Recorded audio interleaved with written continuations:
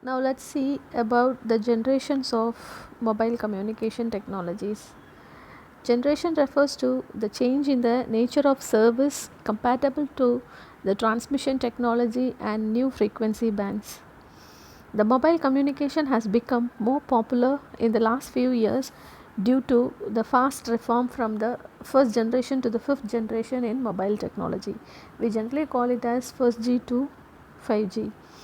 In the first generation, these phones were the first mobile phones to be used, and it was introduced around 1982 to 1990. So it is first used for the voice services. Only for the voice services we use these generation phones, and it was based on the technology called as Advanced Mobile Phone System, that is AMPS. This advanced mobile phone system was frequency modulated and used frequency division multiple access with the channel capacity of 30 kHz and frequency band around 824 to 824 MHz. It introduces the mobile technologies such as mobile telephone system, advanced mobile telephone system, improved mobile telephone system, and push to talk, that is PTT. And here is the architecture of the advanced mobile phone system. In this advanced mobile phone system, we have a mobile station connected to the base stations, and these base stations are connected to the base station controller, and this base station controller is handled by the mobile switching center, that is MSC, and which is connected to the internet and the public switch telephone network. Okay, so this is the architecture of advanced mobile phone system. In the second generation, that is 2G, it refers to the phones based on the GSM. GSM is the global system for mobile communication, which emerged in the late 1980s. It used digital signals for the voice transmission.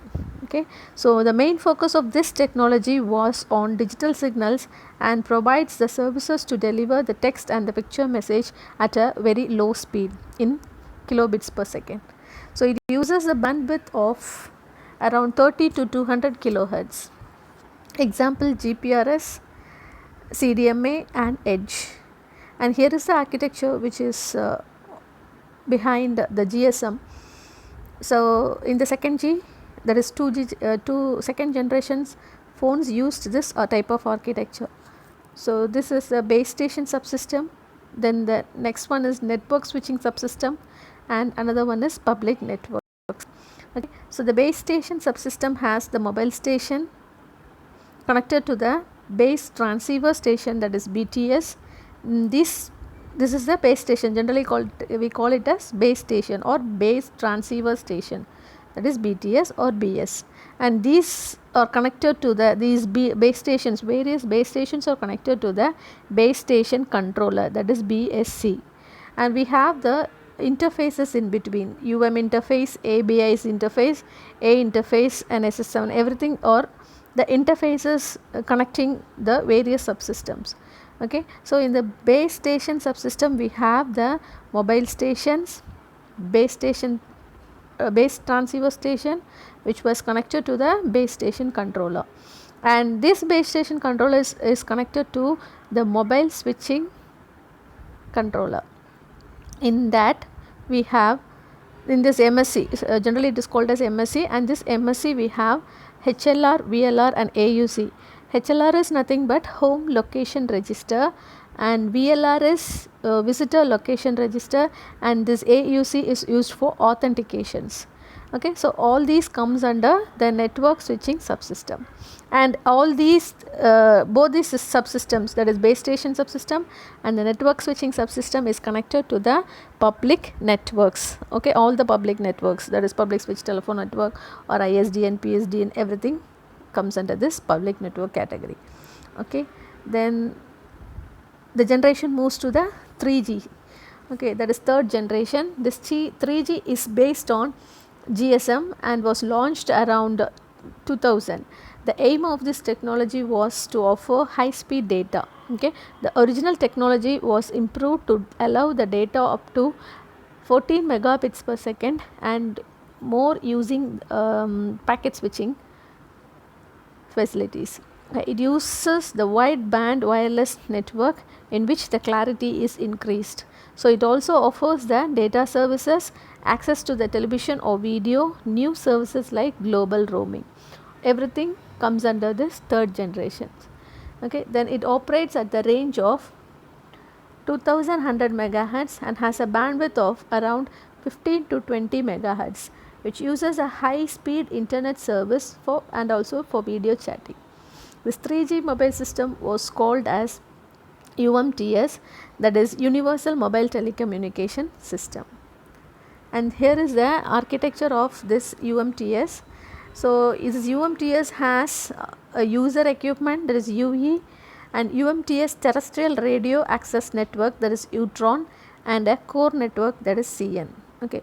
So this user equipment is the mobile what we have. So USIM, it has a USIM, that is user data mobile equipment, and here are the base stations, and here is the registers everything data for it is used to for the transferring the data, that is home location register, entry identity register, everything, equipment identity register, and which was connected to the networks and internet. And finally then next we have the fourth generation systems, that is 4G.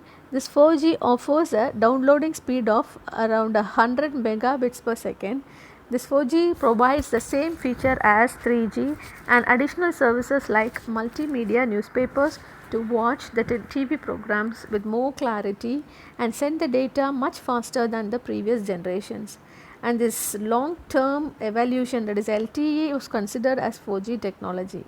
Here we use the MMS services, that is multimedia messaging service, video chat, mobile TV, HD TV content, digital video broadcasting, that is DVB, and minimal services like voice and data.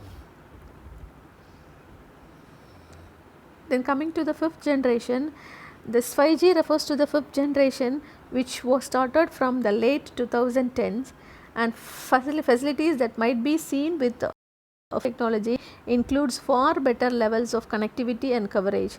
The main focus of 5G will be on World Wide Web, that is 4 Ws we have here, WWWW. It is a complete wireless communication with no limitations.